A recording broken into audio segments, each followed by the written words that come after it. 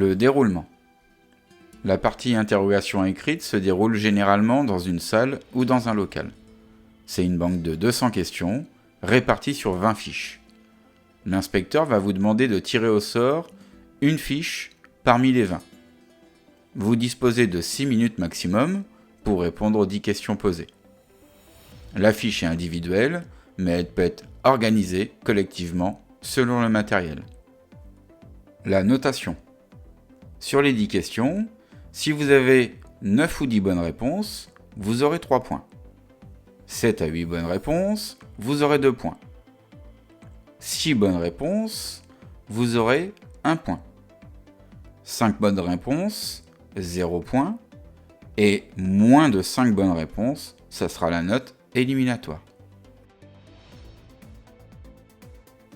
Fiche écrite numéro 6.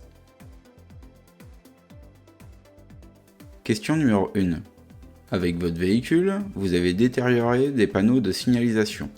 Devez-vous obligatoirement le signaler à votre compagnie d'assurance?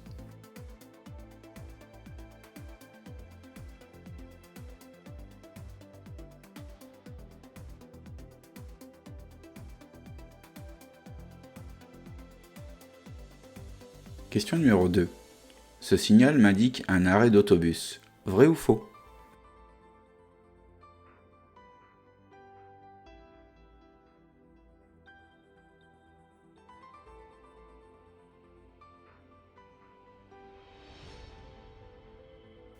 Question numéro 3. En double équipage, en France, vous êtes assis à côté du conducteur. Votre temps de conduite continu est-il interrompu?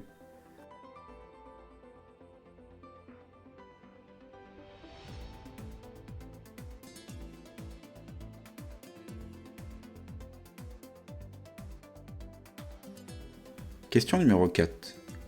Le contrôle et le remplissage du circuit de refroidissement s'effectuent plutôt moteur chaud ou moteur froid?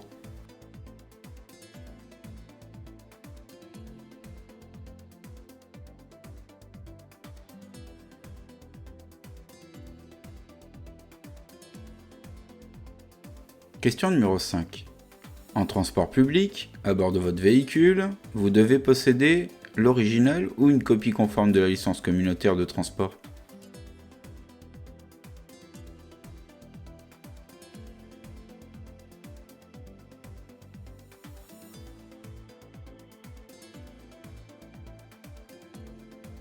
Question numéro 6. Quel est le PTAC maximal d'un véhicule isolé de transport en commun comportant 2 essieux?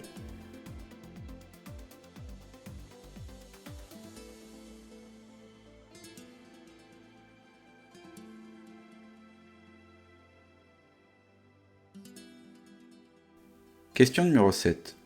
Hors agglomération, sur une route à double sens, vous suivez un camion à 70 km/h. Quel intervalle de sécurité minimum devez-vous respecter?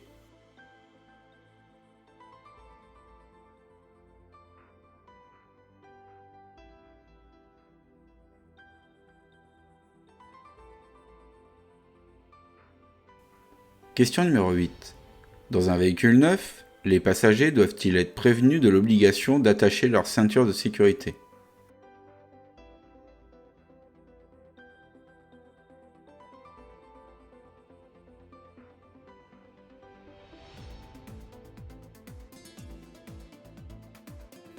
Question numéro 9. Lors d'un voyage organisé, pendant la visite programmée d'un monument, vous attendez vos passagers durant 10 minutes dans votre véhicule. Sur quel symbole devez-vous positionner le sélecteur d'activité du chronotachygraphe?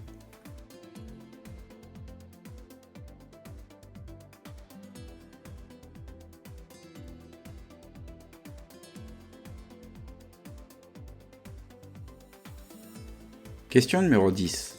Circulant en région difficile ou accidentée, au-dessus de quel PTAC un véhicule de transport en commun doit-il être équipé d'un ralentisseur?